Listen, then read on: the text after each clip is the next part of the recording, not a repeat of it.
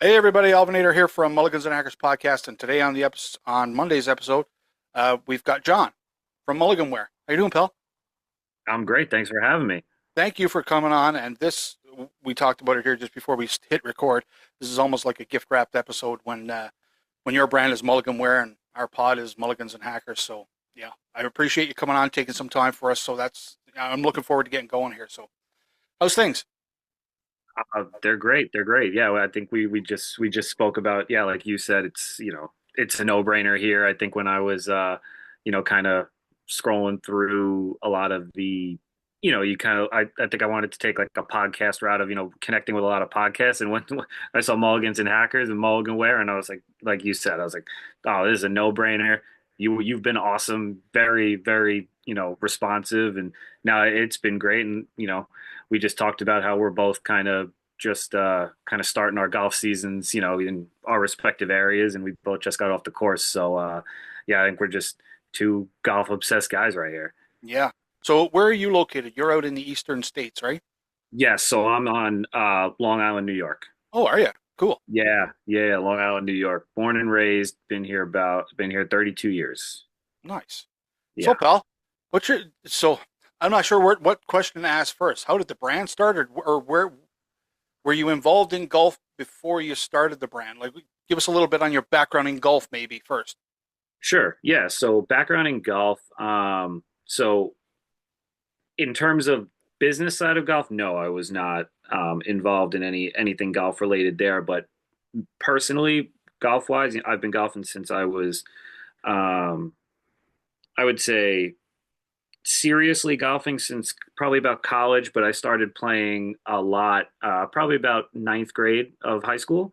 Um, Obviously before that, my dad used to take me to the driving range. I used to hit with the little, they would cut me the persimmon woods, and I was, hitting with those at the range. And then actually about ninth, it was the summer between eighth and ninth grade. My grandfather was probably golf 5 times a week type of guy. When he found out that I wanted to take it more seriously, he actually, instead of going to summer camp, they sent me to a Nike golf school for a whole, so it was about for a couple weeks, 2.5 weeks, I think, in Connecticut. And it was, they kind of broke you down and taught you everything. And that really kind of just shot me into, really wanting to play golf. And it's funny, I did that. I didn't play it's funny, I actually got cut from my high school team because they actually thought I lied about my score. But I had just come off of a Nike golf camp and I was actually playing very well.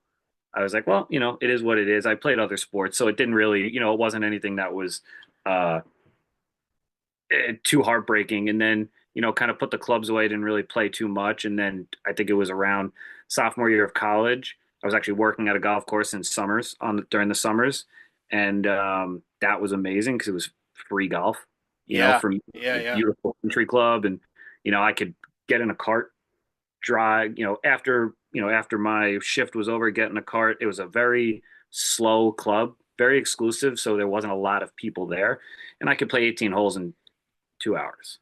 Yeah. So, that just, after that, it was just, skyrocketing through the roof. And now, yeah, I mean, I play as much as I can. And yeah, so that's my golf background. And then, I think I had been like, I had been trying to think of something different to do. I changed jobs. I was a marketing person Hmm. before I changed jobs. I'm now a land surveyor. And I changed jobs with the kid. I have a 7-month-old. So once she came along, it had, I had to do some changes. And I love marketing. I love making logos. I love making posts and reels and things like that. And one thing my boss told me before leaving was, you know I know you're leaving marketing, but try to do something that still keeps that marketing tick in your brain going. Um, and I happen to just say, you know what, like maybe I'll do a golf brand. I have some connections here and there that I can, help get some hats done, and just kind of explore that. And then one night I just sat there, I put together a bunch of names, and I said I'm going to make logos for all these different names. And uh, had some really good ones that I liked, and then wound up getting to Mulligan Ware down at the bottom, put together this MW logo, and it was one of those that I just saw it and I said, this is it. This is the one that I can see this on a hat. I could see this on a polo. I could see myself being able to work different uh, designs with it. And Mulligan was something that uh, I didn't think it was that much of a used term when it came to apparel, at least, or an apparel brand. And I said, you know what, let's roll with it. And yeah, it's been about 2.5, almost 3 months now. Oh yeah, And I love it. I love being able to be in control of, hey, if I want to make a new logo tomorrow, let's do it. right, If I right. want to make a new design, let's do it. And I think we just kind of go with an approach of, I'm doing everything out of my house, so I'm not ordering, hundreds of hats and hundreds of polos because they're going to be in my closet and my wife's going to yell at me. So, you know, I think going with the idea of limited drops and limited time, um, designs or logos is kind of how I've been trying to approach it so far. And, it's going well, as is everything. Some growing pains, but I think I'm enjoying it. So I think that's really all that matters. Yeah, man. That's so. Let me give you a little context here. When we first started, we were doing this whole social media thing, and we were golfing at the same time. And again, for us, golfing is what we do. The social media stuff kind of is the kind of secondary part of that. Like, yeah, we do it, and you see a lot of us posting and doing a lot of stuff, but golf comes first type thing. Mhm. Like I said to you earlier, we have a tour event coming up on the Alberta Golf Tour here in a couple of weeks, and yeah, that takes precedence over the social media stuff. But back when we started, we had the same thing. It was like, well, do we do merchandise? Like, how do we go about doing merchandise? And I'm not going to lie to you, dude. We did two. Well, the first season we did a pre-order for Mhm. for polos. I don't have one here close, but we had our first logo on it because I think we've gone through three iterations of our logo as well. It had our first logo on it, and we did a drop, and there was a lot of people wanted shirts, so I took care of you know getting the merchandise done, getting it to the customer, and I was like, fuck that. That is Yeah, way too time consuming. Like the amount of time that I mean, having a social media brand is one thing, but having that retail brand, dude, that is a different animal. And my hat's off to you for taking that on because I seen it for the first 2 years, and we haven't done one since, and we yeah, probably won't. Like, um, if we were going to do something like that, we would outsource it to somebody and say, just take care of it, give us a cut for the logo, and you get it to the customer, you take care of the money, you do all that shit. sure. I do know, been there, and it takes a certain type of, like you were in marketing, like you said, and it takes that type of background, I think, to get into something like this because I've never had a marketing background.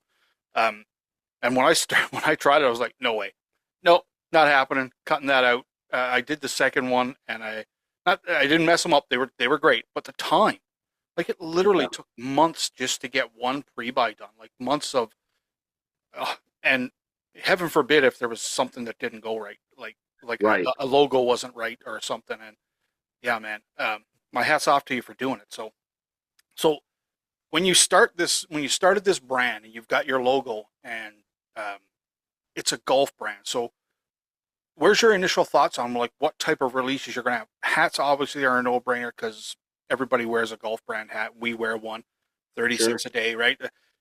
Mike Johnny's been looking after us since we basically started this whole social media thing. Yeah. But where's your thought process on what type of drops you're going to have? Are you going to do are you going to do golf polos? I see you have a T-shirt on there. Looks fabulous too, Yeah. by the way. I love it. No Thank problem. you.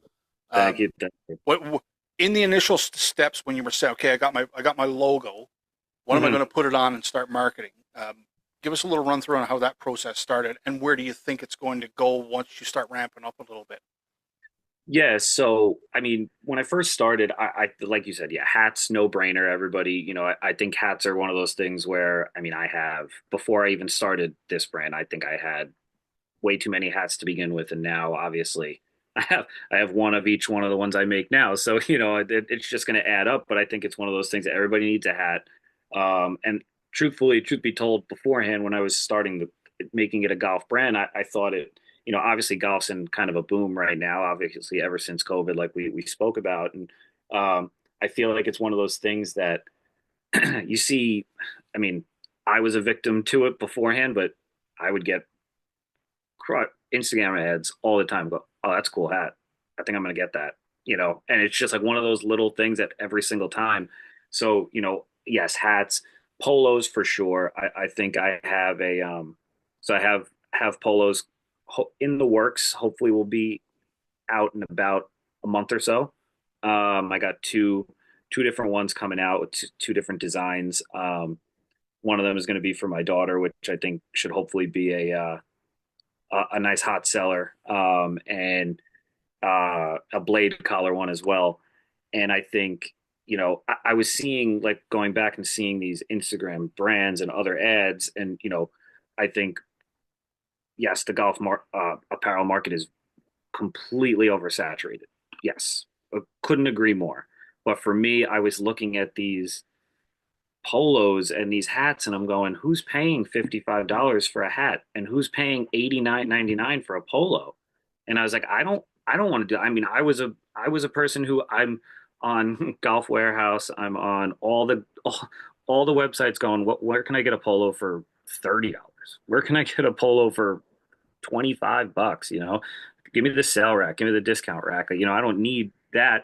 So, that's kind of where my mind was going, was I wanted to make hats, polos, quarter zips, hoodies that just weren't going to break anybody's bank, because, it's realistic here. Sure.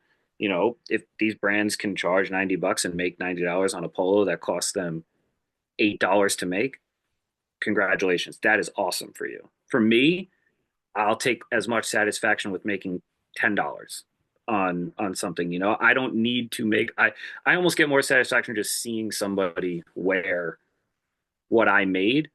And for me, being able to offer things at a lower price is, or a reasonable price is key right now. And that's where you have to differentiate yourself, right? So 100%. yeah, so it's, hats, polos. I have quarter zip hoodies right now. Let's see, what else was I working on? Probably looking at have some women's line stuff coming out for Mother's Day, coming up soon. You know, uh, I think I was mainly focusing on, yeah, you're just your basic, quarter zips, polos, hoodies, hats. I think if it gets to that point, things like ball markers, head covers, it's really, for me, it's really, what can I get my hands on? Uh, what can I get my hands on and get embroidered or get screen printed, or, find a good deal that's not going to break my bank. So that way I don't have to break somebody else's bank. Yeah, one of the things we've noticed since we've been doing this for a few years now, and we've chatted with, contacted, and have been contacted by a bunch of the, what you call the saturated market of brands and smaller brands. And one of the things we pride ourselves on personally is we're not big brand snobs. Hmm. That's, I think I'm wearing a Nike shirt here now, but it's from Mickelson National in Calgary. I picked one up. Now, there's a story behind that too, because it was way more expensive than I thought it was when I bought it. But I was getting a souvenir from playing at the course. But Sure, sure. um, like $100 for a shirt, just Yeah, and it's where's the logo? And it's just got the logo on it, Mickelson National. $100. yeah. I didn't know it was $100, but I wasn't putting it back on the rack. A little bit of tilt pressure. So I got it, and I did. I said to myself I would never pay that much for a shirt, but I did have some Alberta Golf Tour bucks, so I did get it for like half price. So, Mhm. but no, I would never pay that for a shirt. And I don't want to insult the small brands or anything, but if you're selling a polo for, and I mean, I've seen them, lots of them, and lots of them have reached out to us, and one of the things I say is I'm not paying $80 for a polo. Right. And I don't care what type of discount you give us or what type of deal we're getting to maybe partner. I am not paying that for a polo. It's ridiculous. Right. And again, trying not to insult the small brands by saying, dude, I'm not paying that much for your logo, right? Yeah. What is your logo worth? Well, I mean, like ours, it's not really worth a lot. So Hmm. why am I paying $80 for it when maybe you could pay 45 for it, sell twice as many, and you're making your money, right? Right. You know, that's one of those things that I'm not quite sure people get when they get into a golf brand. That's one of the things that they're like, oh well, I need to sell a shirt in order to buy more shirts and pay myself. Well, Yeah. if you're starting a brand, I mean, really, you're not paying yourself for the first 2 years. No. Like you're really not. You're just the money's going right back in to buy more merchandise to sell, right? Um, Absolutely. so, like I said, we tried it a couple times. Not something we'd be interested in. And hats off to you for doing it. But um, I love the logo, by the way. I do think that is pretty sharp. Yeah. Uh, Thank you. you know, not giving you any sales advice, but it's really you could really market that to the weekend warrior, right? Hmm. That Hmm. that's that is that kind of the niche you were going for, like when you were saying, okay, we have the logo, we're getting some merchandise, we got some merchandise to sell. Who's our consumer? Which piece of that consumer pie are we going for? And is that who you're kind of focusing on? Yeah. I mean, just with the name alone, I think too, you kind of just look at yeah, you're kind of your weekend warrior, your guy who's just going out after work for, post work nine and things like that. I didn't want it to look um so sophisticated because I think a lot of sophisticated brands now kind of they have a certain look, and sure, I love some of them, but I think they almost look like they're trying to be a little more sophisticated than they are, and I didn't want to come off like that. I didn't want to come off too goofy as well. Like I didn't want to make to me when I looked at this, all I cared about was, hey, does this, if I strip away everything and make a simplistic logo, like if I take like this hat I'm wearing right now, if you take the Mulligan Ware off of the bottom here and you just put the MW, can the MW live on its own to where people will recognize it and it'll still look good? And when I saw it, I said, yes, absolutely. This is 100% what I can do.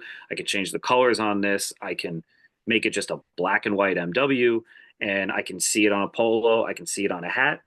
And I was like, this is great. Awesome. Perfect. And yeah, the weekend warrior, the person who like, yeah, I'm going to make, and I'll, you know, uh, hopefully real soon here, I can be able to give you a sneak peek of our polos that we have coming out. But, I think I did a good job of uh, keeping them looking on trend with what you've seen coming out now, as well as not going over the top and making them look too wacky. I think it's still they're classy, but they're also something that you don't feel like how sometimes you buy.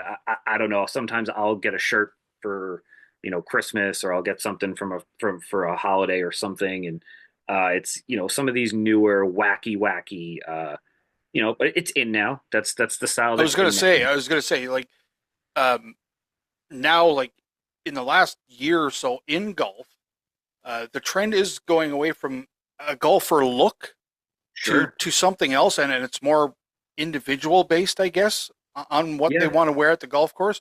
Now, me personally, being relatively new to the golf world, only a few years, I'm a traditionalist, so I'm going to wear my polo and wear my golf shorts, and I'm what is it?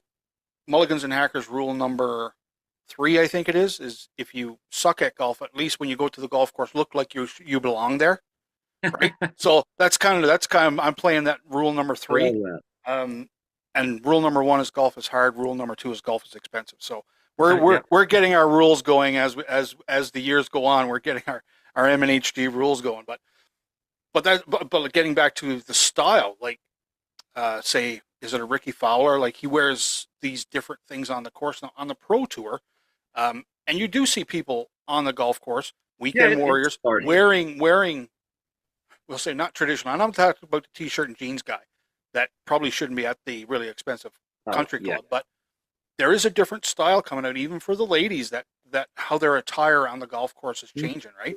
Sure. Yeah, I mean, I think it's funny because I can distinctly remember because yes, I was very much a, you know, my if you looked at my golf style probably 6, 7 years ago, it was plain plain one color polo, and I actually hated the like the plaid shorts look that was in for a little while. So it was plain and plain. That was it.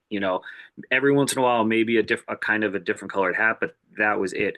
And then I can specifically remember, and I can specifically remember getting um a like kind of one of the newer style, wackier, like in your face designed polos, and I wore it to the golf course. I want to say this had to be maybe five 5 years ago, give or take. And I specifically remember a marshal driving by me as I was about to hit, and he was like, "Oh, with that shirt, you better put one close." And I was like, it was one of those things where I was like, I actually felt out of my comfort zone a little bit. And then now it's more, I like to blend my style here and there. It's very funny. My one friend who's he's a big fashion guy, big style guy, and he'll make fun of me till he's blue in the face about my fashion sense um, during like a regular day to day or if we go out or do something. But then when it comes to the golf course, he's always like, I got to respect you on this one. I got to respect it. So that's another thing where I say, look, I got a good eye for it, I think, sometimes. So yeah, I try to mirror that, keep it a little wacky and stay on trend, but also classy enough to where I'm not throwing, a rainbow colored shirt at you that's going to really, really flash, but keep it simple while also still satisfying. You know, we have to respect what's on trend. You have to You bet. respect You what's bet. trending. You bet. And Yeah. I'm gonna. I wish Chris was here because we could talk Chris's fashion. He, he- um, fuck, some of the shit he wears on the golf course is literally so hard on the eyes, and I think he does it to try and distract everybody in the group because he'll wear like these bright blue pants, Right. neon green polos. It's like, dude, are you trying to like signal in a warship here on the pier? Literally, I could see you from like 2 miles away, like putting on the putting green, man. Um, but that's his style, right? And he doesn't mind wearing the flashy clothes, and I'm like, dude, it actually hurts my retina that I'm looking at you. Um, but that's the thing. You got the golf trends as golf. I don't know if we want to get into the what golf is doing to itself, but the trend in golf and the how you play golf is kind of changing, and the fashion's changing with it. Um, and you kind of have to be on top of that, right? Yeah.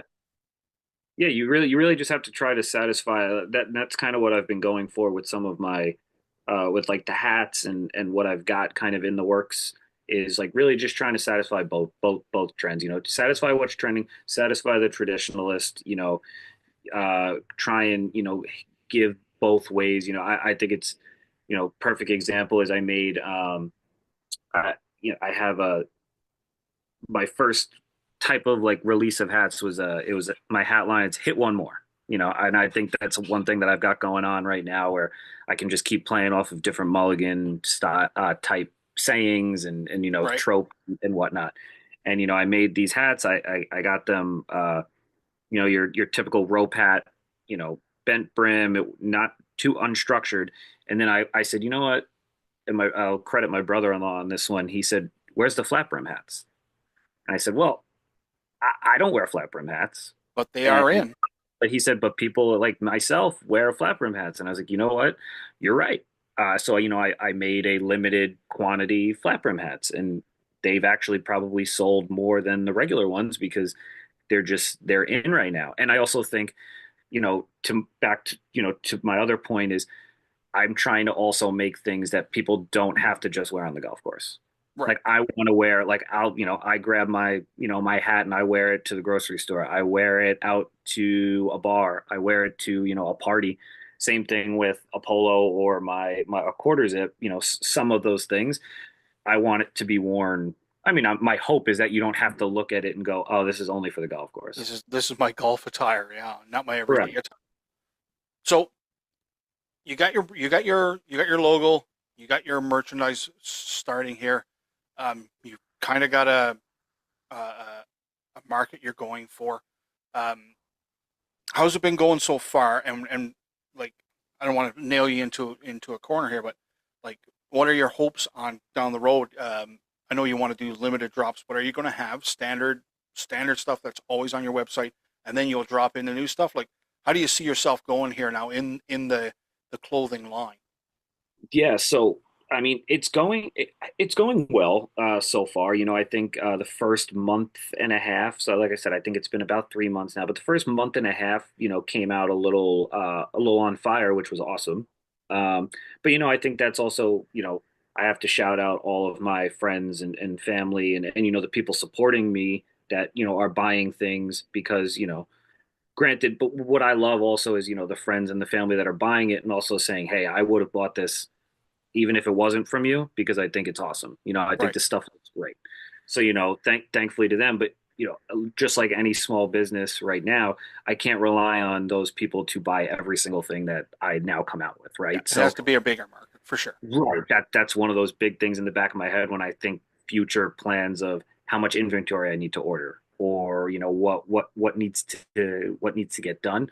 Um, so it's going well right now. I have a about I have new hats coming in and the polos coming in, so that should give a new little reinvigoration to the brand, the social media, and yeah, down the road, because I just started. Yes, to answer your question, I definitely am going to have your standard, things on the website, like my hat with just probably like the black and white MW on a couple different colors, very standard. Polo, probably plain color, very standard things. So that way you have my stuff that when somebody comes to the website, they're not, they happen to just drop in for a drop. Maybe they didn't get it, or they say, I want to get one of these things. So that's definitely the plan. And that's kind of what's coming with with these new line of hats and polos I have coming out. And yeah, future goals. I really think, yeah, I could sit here and tell you, hey, I'd love to, this to be my full-time job, like For sure, for sure. for me, like I had kind of said before, like I'm just getting satisfaction on seeing people wear my stuff. And, if I yeah, sure. If this got to a point where I could quit my day job, I think we'd be having a much different conversation and this would be fantastic. But For for sure. me, as long as this is still doable with, day job, kid, still having my own regular life, um, it's really satisfying my needs my like we talked about before, my marketing brain outside of things. So yeah, I don't like to set lofty goals or anything like that. It's just, hey, if I come out with a drop that's got six hats in it and I sell three out of the six, four out of the six, sounds great to me. Yeah, that's a win, right? Yeah, Do you see absolutely. do you see your this is one of the things that we followed a few brands from their inception up here in Canada, and now we're starting to see them in our local golf courses. Hmm. Is that something that you would look at doing down the road, like getting your brand into some clubhouses and on those type of shelves? I've had the conversations. I have some connections, and I have had those conversations. It's more so at the premium you got to pay is a lot. You're really not making anything, and then they're upcharging your brand unless you want to set the price. So it's very difficult. But I'm not to say I'm not against it. I think I live right next to a golf course, and they have some smaller brand stuff that they sell, and I think it's awesome. I think it's great. And if I could, I think what I would more so go after would be targeting more of like golf outings and things like that, where I can set up a tent. You know, Yeah. Yeah. The tent pop up exactly. scenario. Yeah, yeah. Exactly. Little pop-up. We know some brands up here that do those type of things too, and they actually go from coast to coast. I s- Hmm. From Ontario to BC, setting, traveling along to events and doing pop ups there. I know a couple of brands for sure. Yeah, And that's a really good way of actually meeting people and exactly. putting a face to the brand. Yeah, that's a really good idea. Uh, Yeah. do you have any thoughts? Like nothing like that set up yet?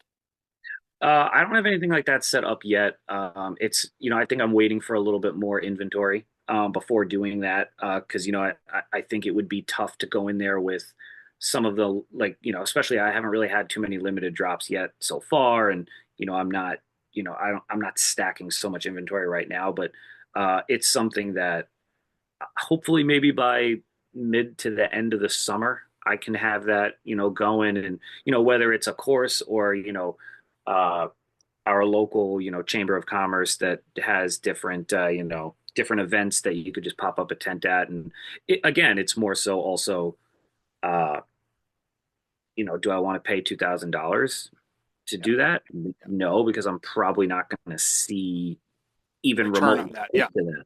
Yeah. And is it worth, to me, it's always what's worth the brand exposure, what's what is the return on investment for something like that.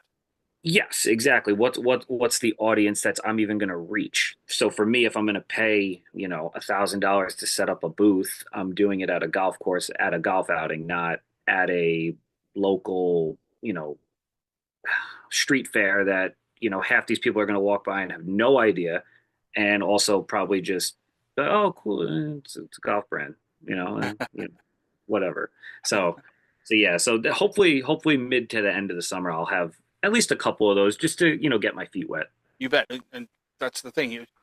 You have to try it and get a feel Mhm. for it, and you'll either grow from it there or to be like, oh, I don't think this is for us. But Totally. well, anyways, John, that was awesome. I really enjoyed that chat.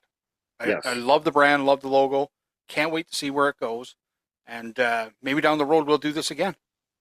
Yeah, absolutely. I'm always down for that, and hopefully we can come back on and show you, be able to show some limited drops and sneak peeks of things, Yeah, moving forward. like I think like we maybe we'll said, look at something at the end of the summer and we'll get you back on and we'll do something.